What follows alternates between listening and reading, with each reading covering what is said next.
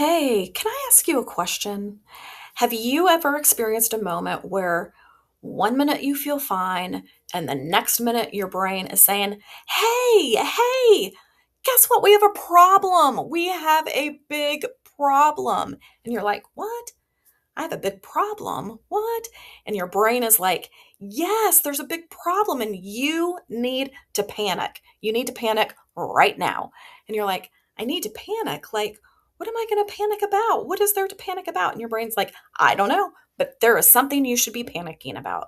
Have you ever had that experience? Most of us have in one moment in our life or more. And so that is anxiety. And just because we experience anxiety doesn't mean that we're weird, doesn't mean that we're weak, and it doesn't mean that something's wrong with us. Anxiety is a normal emotion for all of us to experience, and we all have experienced anxiety or stress in some form or fashion. What's the difference between anxiety and stress? Stress is about situations outside of us, outside around us. Anxiety is within us, emotion and worry inside us. So let's talk a little bit about what is anxiety, why do we have anxiety, and how do I handle anxiety? And this is a topic that we will talk about again in a different way sometime this year because it's definitely connected to some other kind of struggles that we may experience. So, what is anxiety? Anxiety, one, is a normal response to worry or stress or feeling unsafe. And it's kind of our brain saying, hey, you need to pay attention. Something might be wrong. Notice I said might.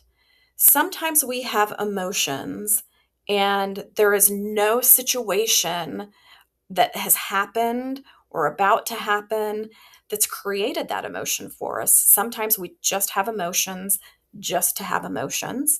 And sometimes we have emotions such as anxiety because of something that happened or that we're thinking is going to happen.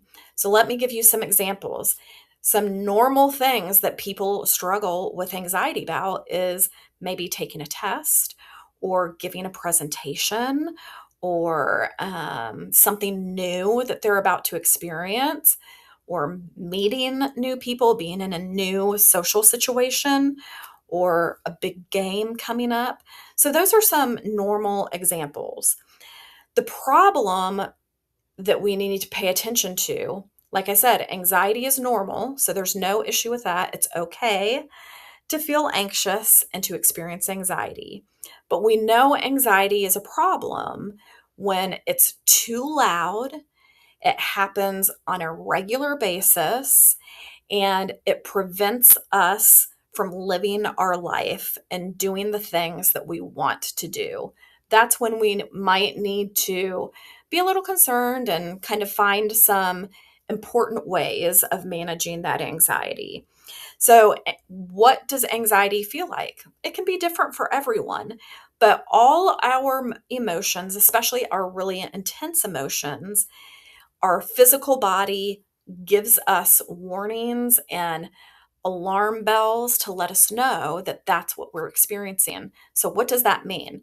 That means I might have racing thoughts, have like all these thoughts of like, what if, and this is going to happen, and worst case scenario kind of stuff. But also, my body is telling me I'm anxious by being really jittery, playing with my fingers, bouncing my leg nonstop, maybe having an upset stomach or feeling nauseous in some way, headaches, um, tension headaches, or just migraines sometimes, trouble concentrating, trouble falling asleep, feeling really irritable, and this big drive or urge to avoid something specific.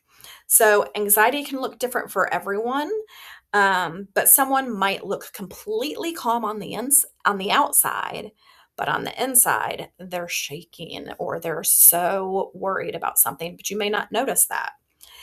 So, what is my advice for how to cope or manage with anxiety? Here's some coping skills. Now, let me preface, coping skills are meant to be practiced. We are to practice our coping skills even when we're not anxious. Because when we're anxious, just like we mentioned a few minutes ago, our thoughts are all over the place, and it's hard to remember in that moment of anxiety what we're supposed to do or how to handle it. So, if we practice our coping skills when we feel calm, we're going to get used to them. We're going to know how to use them. And then when we have a moment when we're really struggling with some anxiety, it's a little bit easier to use them. The other thing that I'm going to encourage you to do sometime today, sometime this week, get an index card or a piece of paper that you can keep in your binder or in your pencil pouch, or um, especially when you're at home on your phone. And I want you to listen to the coping skills we talk about today. And I want you to pick 5 coping skills to put down on a piece of paper. That way, when there is a moment when you're really anxious, you can pull out that paper and look at the list and be like, oh, yeah, I forgot about some of these. I'm going to use those.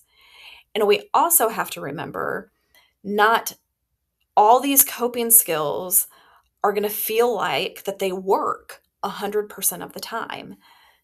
Most of the time, not everything works 100% of the time. It doesn't mean it doesn't work. It just means in this situation it worked, in this one it didn't. It worked in this situation, but why isn't it working in this situation? Because every moment is different. So we have to have a toolbox full of different coping skills. So, first one, and many of you have heard this, and I've heard some of you say, oh, this is really helpful. Or I've heard some of you say, that doesn't help me at all. But I'm going to challenge you to practice this even when you're calm, and practice this consistently when you're anxious. There's tons of scientific research that shows it is it does work. It does help people. So that is square breathing. What is square breathing? A slow, deep breath in for the count of 4 seconds, hold for 4 seconds, slowly let it out for 4 seconds, rest for 4 seconds. And doing that 4 times. In breath for 4, hold for 4, out for 4, rest for 4. And the scientific research shows that when we are anxious, sometimes our pace of our breathing gets a little faster. And doing something like this slow breath exercise helps slow our breathing down, which then communicates messages to our brain and our body that, hey, I'm feeling calm, I'm feeling better. And that does a tremendous amount for our level of anxiety. Coping skills are not to erase anxiety or any emotion. It's my anxiety is at a 10, I'm using a coping skill, and it brings it down to maybe a 5 or a 3. But it's to bring it down, not erase it. The next coping skill that I want to talk about is sometimes when we're feeling some sort of way, it's super helpful and important to talk it out. Find somebody that you trust, a trusted adult, me, somebody in the guidance office, Mrs. Totten, Mr. Cutriff, a teacher, a coach, a friend, but finding someone that you can talk it out with. Sometimes talking it out doesn't fix it necessarily, but sometimes it is. It's just like unloading a burden, taking something off your back and sharing it with someone. They may not be able to fix it for you or solve it for you, whatever the situation is, but they can listen, they can support you, they can assure you that you're going to be okay. Number 3 is to focus on what you can control. So, kind of asking yourself, what is one thing in this situation that I can control right now? Because I think our anxiety often makes us focus on the things that we can't control. And that makes us more anxious and more worried and stressed out. But finding one thing in that situation that you can control is really helpful and empowering. Number four, taking care of your body. That means getting adequate sleep. So, not staying up till 2 in the morning, especially on school nights, but getting to bed at a decent time, making sure we're getting enough sleep hours in, balanced nutrition, making sure we're fueling our body in a positive way, and exercise. Sometimes when we're feeling really anxious, moving is something that can really help us, whether it's going for a walk, taking our dog for a walk, shooting hoops, going for a run, turning on some dance music and dancing, moving our body. So, taking care of our body.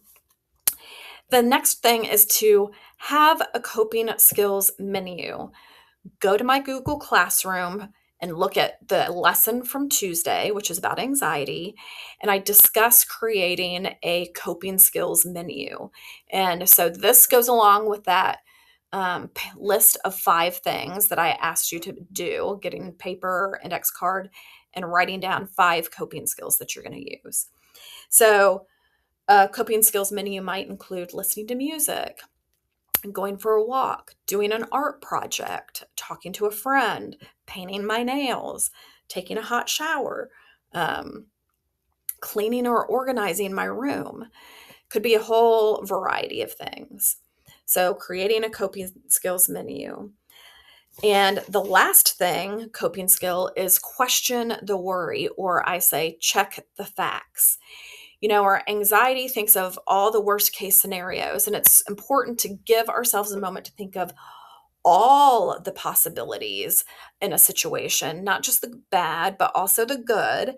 And remember that there are some positive sort of things that could come out of a situation that we may be anxious about. And so checking the facts, like, okay, this is not going to kill me. I'm not going to um, burst into flames because of the situation. I'm going to figure it out eventually. There's going to be a moment where I feel much better about this. Um, I'm going to get it done and over with in terms of a presentation or whatever, and it's going to be okay. I'm going to be okay. So question the worry. And one question might be, do I know what will happen, or is my brain imagining the worst? And so our answer to that would be, I don't know exactly what's going to happen, but I know I'm going to be able to handle whatever the next step is. So that is acknowledging something feels uncomfortable because we don't know what the result's going to be, but reassuring ourselves that we are going to manage it and navigate it just fine. So these are the coping skills to manage anxiety. Um, uh, Square breathing, talking to someone, focusing on what you can control, taking care of your body, creating a coping skills menu, and questioning your worry or checking the facts. So I want you as a class to talk about what stood out to you. What do you relate to about anxiety, or what makes you anxious? And what is at least one of the coping skills that we talked about today that you're willing to practice at least twice a week, 2 or 3 times a week, um, and talk amongst one another in class. I hope you guys have a great rest of the week. You know where I am if you need me. I'm in the office. Have a great one. Bye.